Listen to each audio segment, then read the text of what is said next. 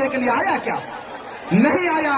PN Singh को मैं खुला चेतावनी देता हूं कि बोरिया बिस्तरा बांधिए और तैयार हो जाइए, क्योंकि इस बार टाइगर जयराम महतो का सेना तैयार हो गया है। हनुमान बनकर काम करेंगे और इतिहास स्वर्ण अक्षरों से लिखने का काम करेंगे हम लोग। भाई तैयार रहिएगा। मेरा एक भाई आंदोलन में तैयार है। मैं एक समुदाय विशेष को जगाने के लिए चला हूं।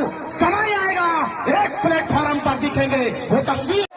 आज जिस तरीके का संकल्प हुआ है, जिस तरीके से हम लोगों ने यहाँ से एक संकल्प लिया है, ये संकल्प की आवाज पूरे उत्तरी छोटा नागपुर प्रमंडल में जाएगी, तमाम इलाकों में जाएगी।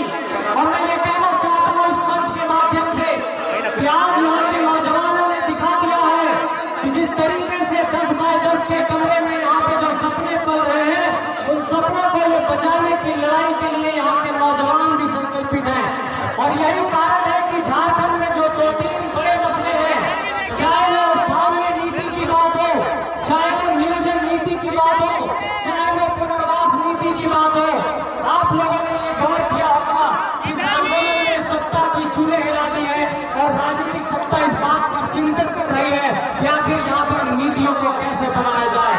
लेकिन हम आपसे ये कहना चाहते हैं, जो जयराम भाई ये बात कह रहे थे कि दिल्ली का रास्ता क्यों तय करना होगा, इसलिए तय करना होगा कि गोड्डा से एक मेरा भाई सूरज टाइलान यहाँ पर आया और झारखंडी जाकर के प्रस्तुति दिया। लेकिन आप लोगों ने देखा कि पिछले दिनों जब यहाँ पर एक फुटबॉल का मैच हुआ था तो बिहार से अक्षरा सिंह अदाकारा को लाया गया था और मन से यहाँ पर कहा था यहाँ के सांसद महोदय ने कि मैं बक्सर का हूँ, इस बात पर मुझे गर्व है।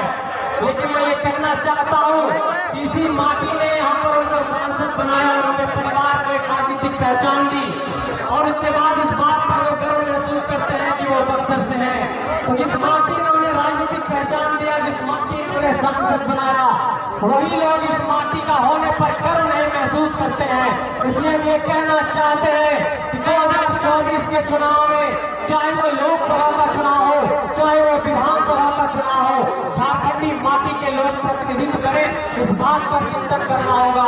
और साथियों एक बात आप सबसे कहना चाहते हैं कि झारखंड के 81 विधानसभा क्षेत्रों में 14 लोकसभा क्षेत्रों में 6 राज्यसभा की सीटों पर आपको ये चिंतन करना होगा कि झारखंड के लोग जाकर के कैसे वहां पर प्रतिनिधित्व हासिल करेंगे।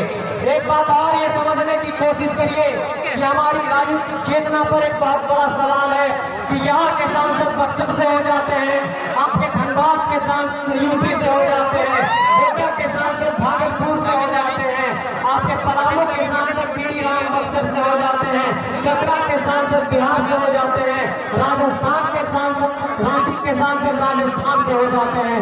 यह आपकी राजनीतिक चेतना पर सवाल है कि क्या झारखंडी माटी अपना नेता नहीं पैदा कर सकती है। इसलिए आप सबसे ये कहना चाहते हैं कि झारखंड के नेतृत्व को जगाने के लिए ये जो नया आंदोलन पनपा है, एक नया आंदोलन झारखंड में आया है, इसको एक तरीके से आप सब लोग साथ दीजिए और झारखंड में एक राजनीतिक चेतना को जगाने का काम करिए। ये झारखंड को बचाने की लड़ाई है, ये घर घर की लड़ाई है। आज कई वक्ता हमारे नहीं बोल सके। आप देखिए कि कई राजनीतिक दलों को इतना भीड़ जुटाने में पसीना छूट जाता है, लेकिन हमारे लोगों ने एक तरीके से ये परिचय दिया है कि ये स्वतः स्फूर्त भीड़ है, ये परिवर्तन के लालायित है और ये झारखंड की धरती परिवर्तन के लिए बेताब है। 2024 इस बात का गवाह बनेगा और गांधी मैदान में भी इस बात की गवाही दे दी है कि झारखंड अब परिवर्तन को तैयार है। जिस धरती ने तिलका मांझी, बिरसा मुंडा, नीलांबर पीताम्बर जैसे शख्सियत को पैदा किया है, वही धरती अपना सांसद और विधायक निकालेगा। एक बहुत महत्वपूर्ण सवाल कहना चाहता हूँ कि झारखंड के 32,623 गाँवों में, झारखंड के 24 जिले में, झारखंड के 464 प्रखंडों में आप देखते होंगे कि झारखंड में जितने भी पंचायत के मुखिया बने, जिला परिषद के सदस्य बने, उन सभी लोग इसी झारखंड की माटी से जीत करके आए हैं। तो जो माटी इतना मुखिया और जिला परिषद बना सकती है, वही माटी विधायक और सांसद भी बनाएगी। ये बात मैं कहना चाहता हूँ मेरे साथियों।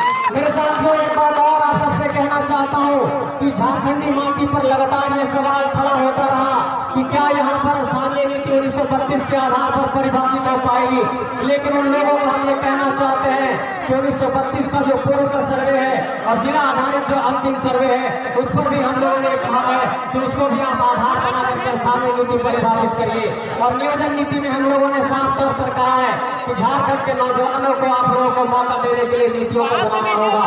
और जिस तरीके से पुनर्वास नीति की बात है, जैसे गोतलपुरा की बात हो रही थी, कल हम लोग गोतलपुरा के आंदोलन में गए थे, माँ बहन पूरा वहां पर आई थी छाता लेकर के, बारिश में वो लोग आंदोलन कर रही थी। हम ये कहना चाहते हैं कि झारखंड में नौकरी को बचाने की लड़ाई, झारखंड में जमीन को बचाने की लड़ाई, झारखंड में नेतृत्व में प्रतिनिधित्व में जगह पाने की ये लड़ाई है।